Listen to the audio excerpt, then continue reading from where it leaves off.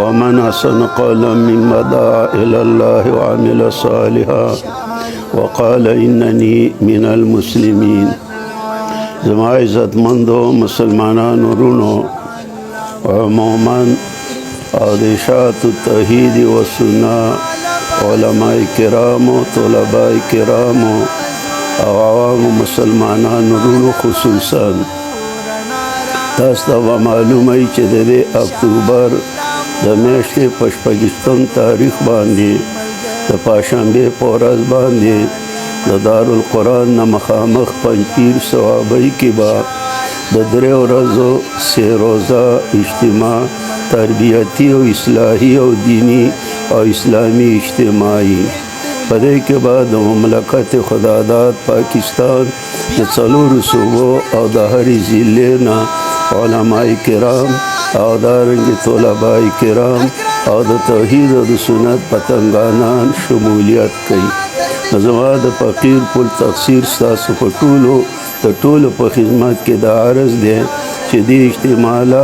په صحیح نیت باندې راشئ، د هدایت حاصلولو په نیت راشئ، د قرآن او د حدیث درسونه واورئ او د خپل عقیدو د اصلاح او د توحید او د سنت د معاشرې مطابق د زندګۍ دپاره بیا تجدید عهد وکړئ. نو دا درخواست دی ټولو ته، مشرانو طرفه هم تاسو ته خبر درکړی شوی، خو زه تاسو ته دا ډېر په عاجزۍ باندې وایم دا زموږ اجتماع ده او دیني اجتماع ده، نو چې دا اجتماع موږ کامیابه کړو، خپل مالي او جاني او بدني قرباني پکې وکړئ. زه ستاسو یو ورور یم او ادنا خادم د اشاعت التوحید و سنت محمد عبدالجبار الباجوري وپیره له نظراست دی چې ملګري ټول په دې کې شمولیت وکړي. او اسرم جنو پاوکړه زه به په خپله هلته شریکېږم،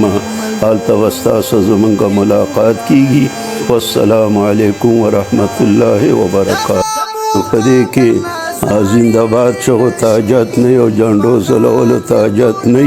او د یو بل نه د ګاډو د مخکې کېدلو ضرورت نه، د وخت مناسب بستره او د ځان سره مناسبه خرچه راوړئ.